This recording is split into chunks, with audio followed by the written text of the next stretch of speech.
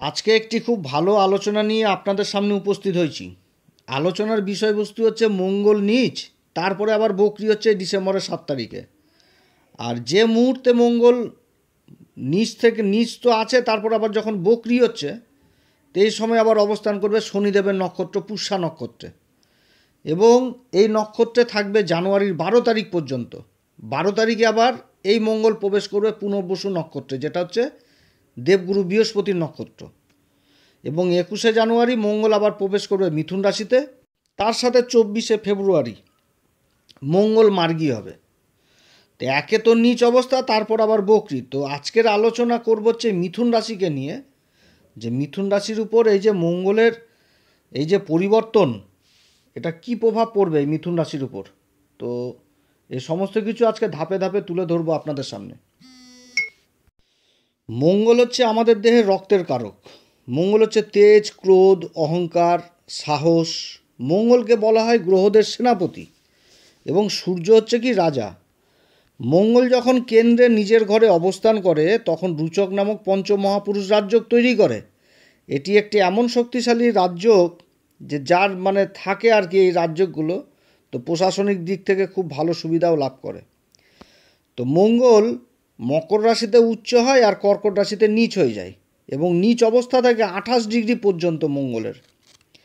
আর মঙ্গল যখন মকর রাশিতে অবস্থান করে, তখন মাঙ্গলিক জিনিসটা কিন্তু আসে না। জন্মকুষ্ঠিতে যদি মঙ্গল ভালো অবস্থায় থাকে, তাহলে প্রশাসন লেভেলে অনেক সুবিধা লাভ করে।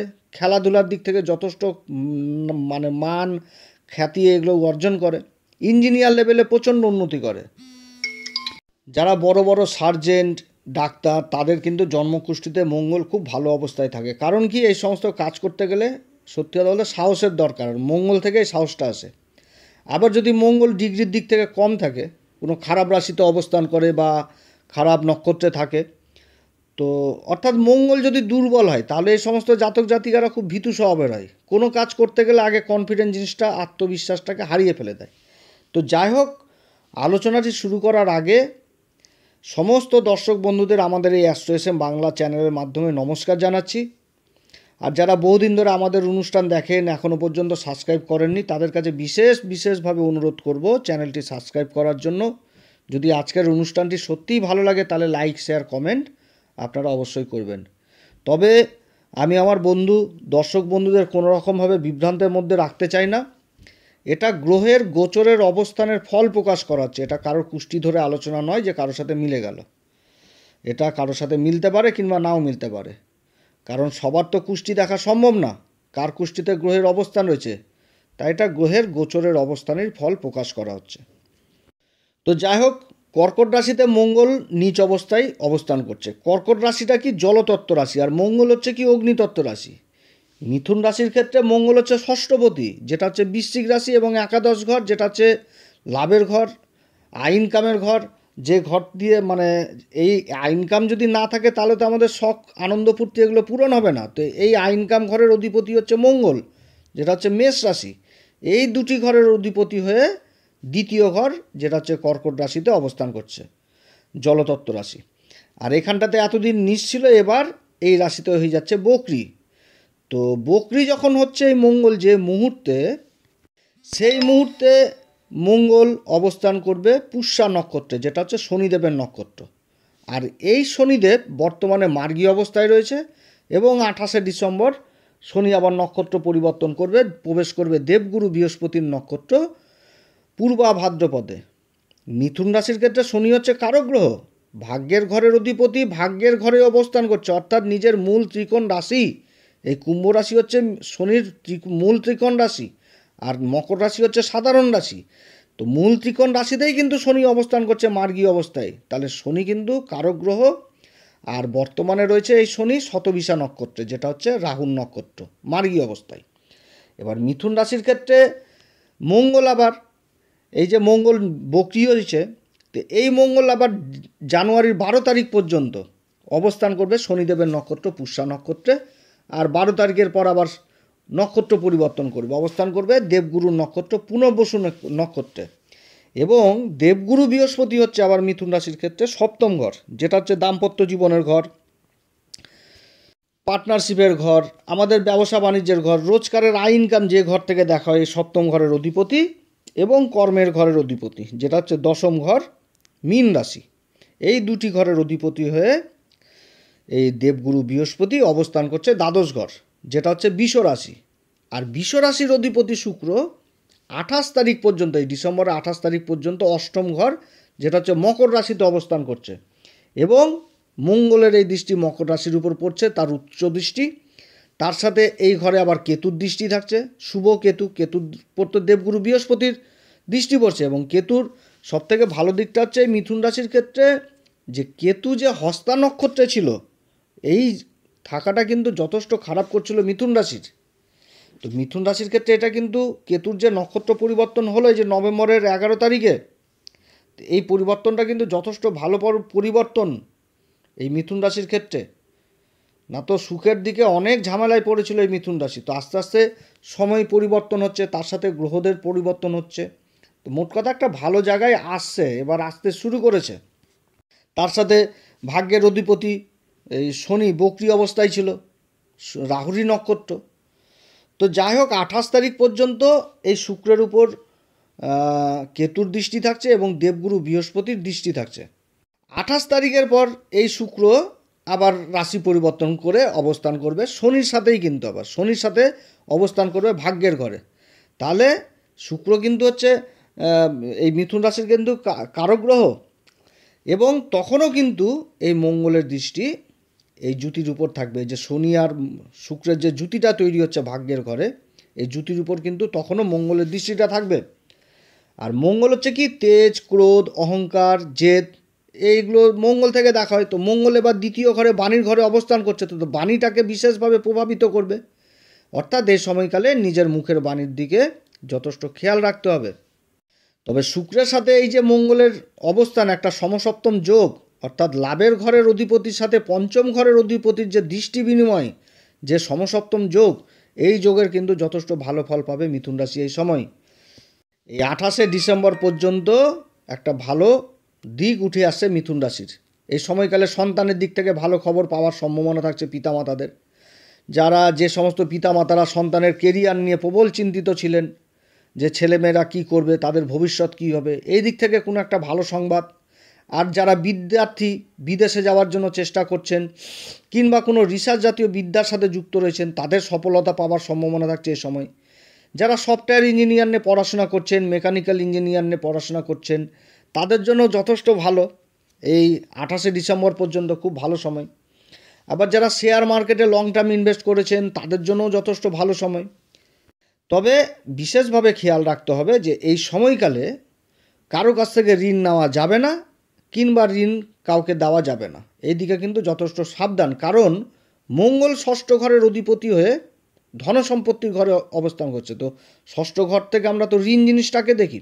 তো ঋণের অধিপতি মঙ্গল, আবার লাভের ঘরের অধিপতি মঙ্গল যে ধনসম্পত্তির ঘরে অবস্থান করছে এবং দৃষ্টি দিচ্ছে পঞ্চম ঘরের, যেটা শুক্রের উপরে দৃষ্টি দিচ্ছে। তাহলে কী হবে, যেহেতু ঋণের ব্যাপারটা উঠে আসছে, তো যদি আপনি কামাই করে নিয়ে আসেন, সেই কামাইটা যদি ঋণের মধ্যে দিয়ে দেন, আর ষষ্ঠ ঘরের অধিপতি মঙ্গল যখনই ষষ্ঠ ঘরের সাথে কানেকশন হয়, তখন কিন্তু ঋণের ব্যাপার আসে। আর ঋণ মানে কি হয়, যে ঋণ যদি কাউকে দিয়ে দেওয়া যায়, তো সেই ঋণের টাকা উঠে আসা মুশকিল যখনই মঙ্গলের ষষ্ঠ ঘরের সাথে কানেকশন হয়। অতএব এই সময় এদিক থেকে কিন্তু যথেষ্ট সাবধান এই মিথুন রাশিকে। তবে প্রেম ভালোবাসার দিকে যথেষ্ট ভালো, কিন্তু আবার যারা ইন্টারনাল অ্যাফেয়ার বা গোপন সম্পর্কে জড়িত রয়েছেন, তাদের জন্য কিন্তু যথেষ্ট ভালো না। সমাজের সামনে কিন্তু উন্মুক্ত হয়ে চলে আসবে, এদিকে কিন্তু যথেষ্ট সাবধান মিথুন রাশি। যখন গ্রহ নিচ অবস্থায় থাকে, তারপরে যখন বক্রি হয়, তখন তো তার চেষ্টা বলে বৃদ্ধি পেয়ে যায়। অর্থাৎ মঙ্গলের বল এখন চরম বৃদ্ধি অবস্থায় রয়েছে। মঙ্গল প্রায় বলতে গেলে 4 গুণ বলে বৃদ্ধি পেয়ে গেছে, এরকম অবস্থা। এবং চন্দ্রমা যখন আবার কেন্দ্রে অবস্থান করবে, তারপরে অষ্টম ঘরে অবস্থান করবে, দ্বাদশ ঘরে অবস্থান করবে, তখন কিন্তু এই মঙ্গলের আবার নিজভঙ্গ হবে। সেই সময় যে নিজভঙ্গ হবে, এর কিন্তু আবার একটা ভালো প্রভাব এই মিথুন রাশি এবং পাবে। এবং 28 তারিখের পর যখন আবার শুক্র রাশি পরিবর্তন করে শনির সাথে অবস্থান করবে, অর্থাৎ দুটি ত্রিকোণের অধিপতি জুতি তৈরি করবে। শনির নবম ঘরের অধিপতি আর শুক্র হচ্ছে পঞ্চম ঘরের অধিপতি। তো দুটি গ্রহই তো মিথুন রাশির ক্ষেত্রে কারক গ্রহ। তো দুটি গ্রহ এখন জুতি তৈরি করবে ভাগ্যের ঘরে। আর শনির মূল ত্রিকোণ রাশি হচ্ছে এই কুম্ভ রাশি। এবং এই সময় শনিও আবার নক্ষত্র পরিবর্তন করে নেবে এই 28 তারিখে শনি নক্ষত্র পরিবর্তন করে দেবগুরু বৃহস্পতির নক্ষত্র পূর্বা ভাদ্রপদে অবস্থান করবে। আমি এর আগের ভিডিওতে এই পূর্বা ভাদ্রপদ নক্ষত্র নিয়ে একদম নিখুঁত বিশ্লেষণ করেছিলাম যে পূর্বা ভাদ্রপদ নক্ষত্র কী, সবথেকে শুভ নক্ষত্র পূর্বা ভাদ্রপদ নক্ষত্র, এই ব্যাপারে বিশেষ আলোচনা করেছিলাম। তো এই নক্ষত্রে এবার শনি অবস্থান করবে, আর এই জ্যোতির উপর দৃষ্টি কিন্তু এই মঙ্গলেরও থাকবে। মিথুন রাশির ক্ষেত্রে ষষ্ঠ ঘরের অধিপতি এবং লাভের ঘরের অধিপতি এই মঙ্গল ধনসম্পত্তির ঘরে বসে এই জ্যোতিকে কিন্তু সেই সময়ও দেখবে। তো এই সময়কালে নিজের কর্মকে আবার প্রসারিত করার জন্য মিথুন রাশির যথেষ্ট ঋণের সুবিধাও পাবে। অর্থাৎ এর আগে আমি বললাম যে 28 তারিখ পর্যন্ত ঋণ দেওয়া কিংবা ঋণ নেওয়া চলবে না, কিন্তু এবার ঋণ যদি পাওয়া যায় সেই ঋণকে নিজের কর্মকে প্রসারিত করার জন্য যদি ঋণ পাওয়া যায় সেই ঋণ আপনি নিতে পারবেন, কিন্তু ঋণ আপনি কাউকে দিতে পারবেন না। অর্থাৎ টাকা পয়সা কাউকে ধার দেনা দিতে পারবেন না। আপনি ঋণ নিয়ে কাজ করেন কিন্তু ঋণ কাউকে দিতে পারবেন না, কারণ ঋণের ঘরের অধিপতি এই ষষ্ঠ ঘরের মঙ্গল, তো ঋণ জিনিসটাকে উঠে আসে।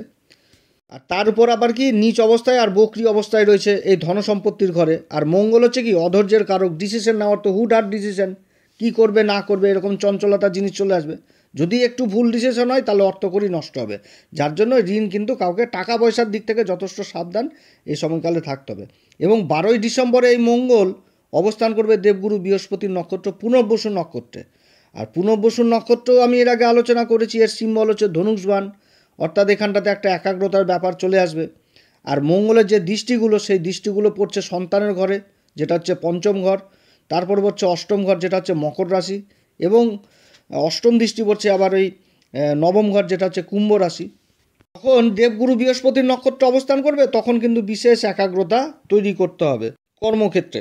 দেবগুরু বৃহস্পতি হচ্ছে মিথুন রাশির ক্ষেত্রে সপ্তম ঘর, যেটা হচ্ছে ধনু রাশি। সপ্তম ঘর থেকে আমরা কি দেখি? আমাদের লাইফ পার্টনারকে দেখি, পার্টনারশিপে ব্যবসা দেখি, ব্যবসা বাণিজ্য দেখি, রোজগারের ইনকাম জিনিসটাকে দেখি, এবং কর্মের ঘর যেটা হচ্ছে মীন রাশি। তো এই দুটি ঘরের অধিপতি দেবগুরু বৃহস্পতি দ্বাদশ ঘরে অবস্থান করছে, তাহলে এই সময়কালে বিদেশি কাজগুলো যথেষ্ট ভালো বৃদ্ধি পাবে। যারা বিদেশে যাওয়ার চেষ্টা করছেন, যেতে পারছিলেন না এতদিন, বিভিন্ন রকম কাগজপত্রের অসুবিধা হোক, তো এই কাজগুলো আবার সম্পূর্ণ হবে এই সময়। যারা ইম্পোর্ট এক্সপোর্টের কাজ করছেন তাদের জন্যও যথেষ্ট ভালো হবে। যারা জায়গা জমির কাজে যুক্ত রয়েছেন, জায়গা জমি সেল পারচেস করছেন, এই সমস্ত কাজ যথেষ্ট ভালো হবে। যারা কনস্ট্রাকশনের কাজে জড়িত রয়েছেন এই সমস্ত কাজও যথেষ্ট ভালো হবে। যারা হোটেল ব্যবসার সাথে যুক্ত রয়েছেন, খাবারের ব্যবসার সাথে যুক্ত রয়েছেন বা খাবারের প্রোডাক্টের সাথে যুক্ত রয়েছেন, এগুলো কাজ ভালো হবে। পেট্রোলিয়াম পদার্থের কাজে যুক্ত রয়েছেন, এই সমস্ত কাজও যথেষ্ট ভালো হবে। ইম্পোর্ট এক্সপোর্ট, কর্মসূত্রে বিভান মানে বাইরে যাওয়া ইত্যাদি হবে। তবে কিন্তু বৈবাহিক জীবনে কিছুটা হলেও কিন্তু মতবিরোধ থাকবে, এদিকে কিন্তু সাবধান, একে অপরকে বুঝতে চাইবে না, মনের মধ্যে যে দিগ ইত্যাদি কিন্তু বৃদ্ধি পাবে। এই সময়কালে কোন দিক থেকে সাবধানে থাকতে হবে? রাস্তাঘাট পার হতে গেলে যথেষ্ট সাবধানে থাকতে হবে। উচ্চ পদস্থ কোনো সরকারি অফিসারের সাথে বাগবিতণ্ডায় জড়িত হওয়া যাবে না, এদিকেও যথেষ্ট সাবধান। কর্মক্ষেত্রে নিজের মুখের ভাষাকে ঠিক করতে হবে, রেগে গেলে চলবে না, যে রেগে গেলাম, অধৈর্য হয়ে গেলাম, চটে গেলাম, এগুলো কিন্তু কর্মক্ষেত্রে করলে নিজের হওয়া কাজ বানচাল হয়ে যাবে। তো এদিকে কিন্তু যথেষ্ট খেয়াল রাখতে হবে এবং কোনো কাজ করতে গেলে প্ল্যান করেই চলতে হবে, তারপরেই কিন্তু সাকসেস। এই সময়কালে এই মিথুন রাশি কোন উপাচার করবে? এই সময়কালে মিথুন রাশিকে বলবো, যেহেতু ভাগ্যের ঘরে শনি শুক্রের জুতি তৈরি হচ্ছে, শনি মার্গী থেকে এবার দেবগুরু বৃহস্পতির নক্ষত্রে অবস্থান করবে, হ্যাঁ, তো যার জন্য অবশ্যই প্রত্যেক দিন হনুমান চল্লিশা বজরংবাণ অবশ্যই পাঠ করবেন। এবং তার সাথে যেহেতু মঙ্গল এখন খুব বাজে অবস্থায় মানে বক্রি অবস্থায় রয়েছে, তার সাথে নিজ বক্রি এবং তার উপর রাহুর দৃষ্টি পড়ছে কর্মের দিক থেকে, কর্মের ঘরে তো রাহু অবস্থান করছে। তো হনুমান মন্দিরে যাবেন, বজরংবলীর মন্দিরে যাবেন, বজরংবলীর মন্দিরে 5 রকম ফল দক্ষিণা দিয়ে বাবার পূজা দিবেন, 3টা জটাওয়ালা নারকেল দিবেন, প্রয়োজন পড়লে ওখানে বসে হনুমান চল্লিশা বজরংবাণ অবশ্যই পাঠ করবেন। তবে এইগুলো পাঠ করার আগে শ্রীরাম সীতার প্রণাম মন্ত্র অবশ্যই করবেন, এগুলো করলে যথেষ্ট ভালো ফল পাবেন এই সময়। কর্মক্ষেত্রে কোনো রকমভাবে বাগবিতণ্ডায় জড়িত হওয়া যাবে না। 28 তারিখ পর্যন্ত কর্মক্ষেত্রে কোনো নারীকে অসম্মান করা যাবে না, এছাড়াও নারীকে অসম্মান করা যাবে না, যেহেতু শুক্রের উপর দৃষ্টি পড়ছে মঙ্গলের, তো এগুলো দিকে কিন্তু সাবধান। নারী জাতিকে সবসময় সম্মান দিতে হবে, সম্মান দিয়ে কাজ করতে হবে।